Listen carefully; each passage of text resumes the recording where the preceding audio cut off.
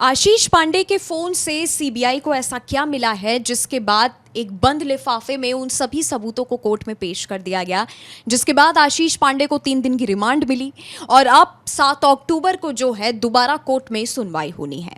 आशीष पांडे के फोन से पहले ऐसी अटकलें लगाई जा रही थी कि कई ऐसे बड़े सबूत मिल सकते हैं, क्योंकि आशीष पांडे संदीप घोष का काफी करीबी है और संदीप घोष ने जितने भी काले कारनामों को अंजाम दिया है आरजी कर मेडिकल कॉलेज के अंदर, उन सब में आशीष पांडे ने जो है संदीप घोष की मदद की हुई थी। इसीलिए आशीष पांडे का फोन इस पूरे केस में काफी अहम सबूत साबित हो सकता है। अब इस केस में क्या क्या सबूत मिले हैं, आशीष पांडे के साइड से क्या क्या बातें ऐसी हैं जो सीबीआई को पता चली है, उन सभी बातों पर हम चर्चा करेंगे। मेरे साथ अभिषेक मौजूद है। अभिषेक, आशीष पांडे का फोन जब से सीबीआई ने पकड़ा है उसे क्या क्या सबूत मिले हैं? आशीष पांडे का फोन जब सीबीआई ने जब्त किया तो फोन के साथ साथ उस सीबीआई को एक लैपटॉप भी मिला। उस लैपटॉप में कई ऐसी जानकारियां थी, कई ऐसी फाइल थी जिससे सीबीआई ये पुख्ता हो गई कि आशीष पांडे की गिरफ्तारी बेहद ज़रूरी है। अब उनसे मिला क्या है ये समझने के लिए आपको ये समझना होगा कि आशीष पांडे पर आरोप कौन कौन से लगे हैं। जो फोटोज और वीडियोज आशीष पांडे के फोन से मिले हैं, उन फोटोज और वीडियोज का संदीप घोष से क्या नाता है, उसके बैंक अकाउंट स्टेटमेंट जो सीबीआई ने खंगाले हैं उसको संदीप घोष के बैंक अकाउंट से क्यों मिलाया जा रहा है, क्यों मैच किया जा रहा है, ये सारी बातें मैं विस्तार से बताने की कोशिश करता हूं। लेकिन उससे पहले ये समझिए कि आशीष पांडे के फोन से और लैपटॉप से जो चीजें मिली, जो बातें सीबीआई ने वहां कही बाकायदा कोर्ट में, उसके बाद जज साहब ने वो कौन से सबूत देखे, कौन सी दलील सुनी, जिसके बाद कह दिया कि 3 दिनों के लिए आशीष पांडे को सीबीआई रिमांड पे भेजा जाता है। 7 अक्टूबर को रिमांड खत्म हो जाएगी। जो सबसे पहली बात थी वो ये थी कि ये जो है किंगपिन ऑफ थ्रेट कल्चर है, जो आरजीकर मेडिकल कॉलेज का जो थ्रेट कल्चर है, डॉक्टर्स को धमकाने का, जूनियर डॉक्टरों को खास करके, उनका ये किंगपिन है, उनका सरगना है, ये वहाँ के लोग कहते हैं। दूसरा ये कि रूट ऑफ ऑल करप्शन, यानी कि जितनी भी भ्रष्टाचार की जड़ें उस कॉलेज में जमी है उसका ये जड़ है। तो यानी आप समझिए कि अगर भ्रष्टाचार को उस कॉलेज से कहानी पूरी खत्म करनी है तो इस जड़ तक पहुंचना होगा। और तीसरे जो आरोप हैं वो है रैगिंग करने के। रैगिंग के आरोप आशीष पांडे पर आज नहीं, तमाम पहले भी लगे थे। उसके अलावा बड़ी बात ये थी कि जूनियर डॉक्टरों के साथ तो ये जो करता था वो करता था, सीनियर डॉक्टर्स के साथ भी इसने मारपीट की है, बाकायदा प्रश्न पत्र लीक करवाए हैं आरजीकर मेडिकल कॉलेज में, ये तक आरोप इस पर लगे हैं। लेकिन जब सीबीआई ने कोर्ट में दलील दी कि साहब इतने आरोप हैं और इसका रिमांड चाहिए मुझे, तो इससे बचाने वाले वकील ने सोचिए क्या कहा। जो आशीष पांडे को बचाने के लिए वकील खड़े थे वो ये कह रहे थे कि पहले सबूत लाइए।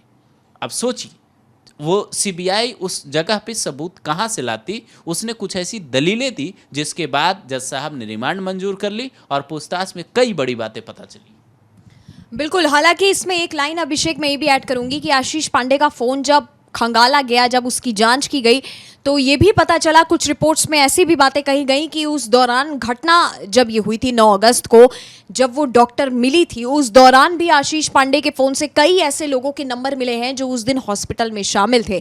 जिसके बाद सवाल ये खड़ा होता है कि इन सब मामलों में आखिरकार आशीष पांडे से क्या सलाह ली गई थी। हालांकि ये जांच का विषय हो रहा है। जिस तरह से अभिषेक खबरें आई थी आशीष पांडे को लेके कि उस रात वो एक होटल में जो है चेक इन करने गया था एक लड़की के साथ और दूसरे दिन उसने चेकआउट भी कर दिया था, उस होटल से क्या और जानकारी सामने निकल के आई?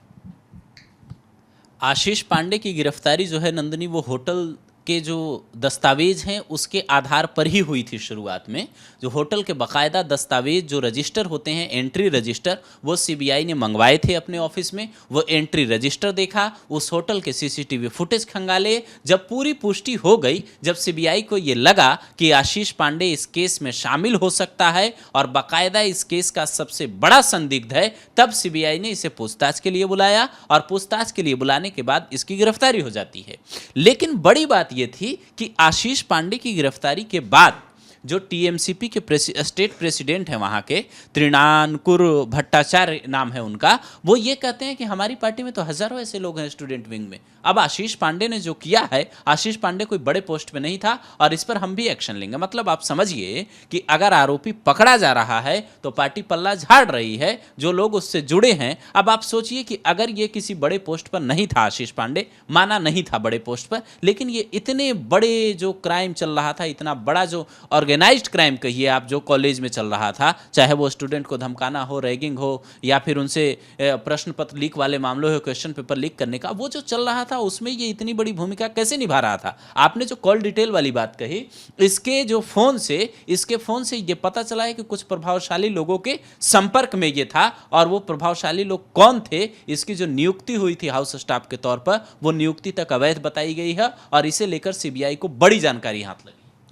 हालांकि अब जो है 7 अक्टूबर को सुनवाई होनी है और अब इस सुनवाई पर मुझे लगता है अभिषेक हर किसी की नजर है, क्योंकि लगातार आप देख रहे हैं कोलकाता को लेकर के कई कोर्टों में सुनवाई हो चुकी है। एक एक दिन में 3-3 कोर्ट में अलग अलग जगह सुनवाई हो रही है, जिसमें हर तरीके से पूछताछ की जा रही है।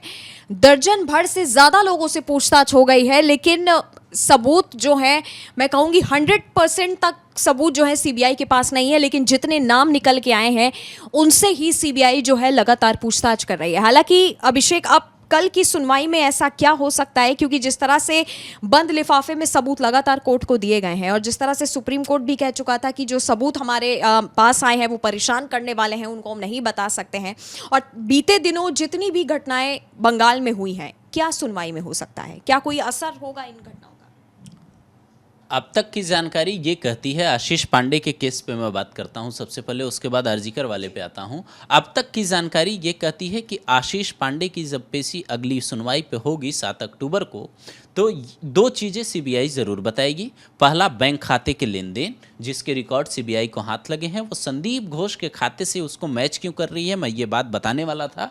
फिर दूसरी कहानी पर आ गए हम लोग। वो जो मैच करने की कहानी है, दोनों अकाउंट डिटेल, वो ये है कि जब ये वसूली करता था आरजीकर मेडिकल कॉलेज से, तो क्या वो सीधे तौर पे संदीप घोष के खाते में पैसे भेजता था।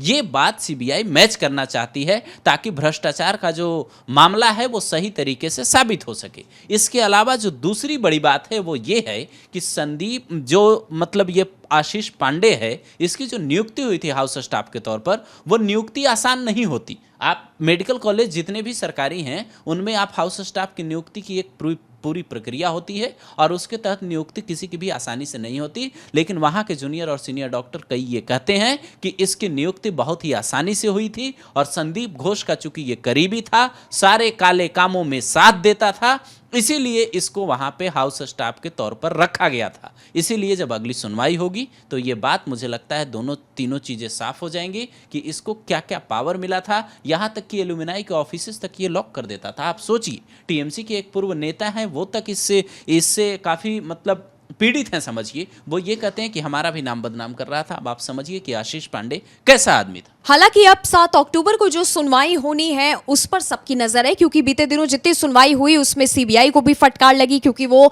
जो है कई तरह के सबूत जुटा नहीं पाए।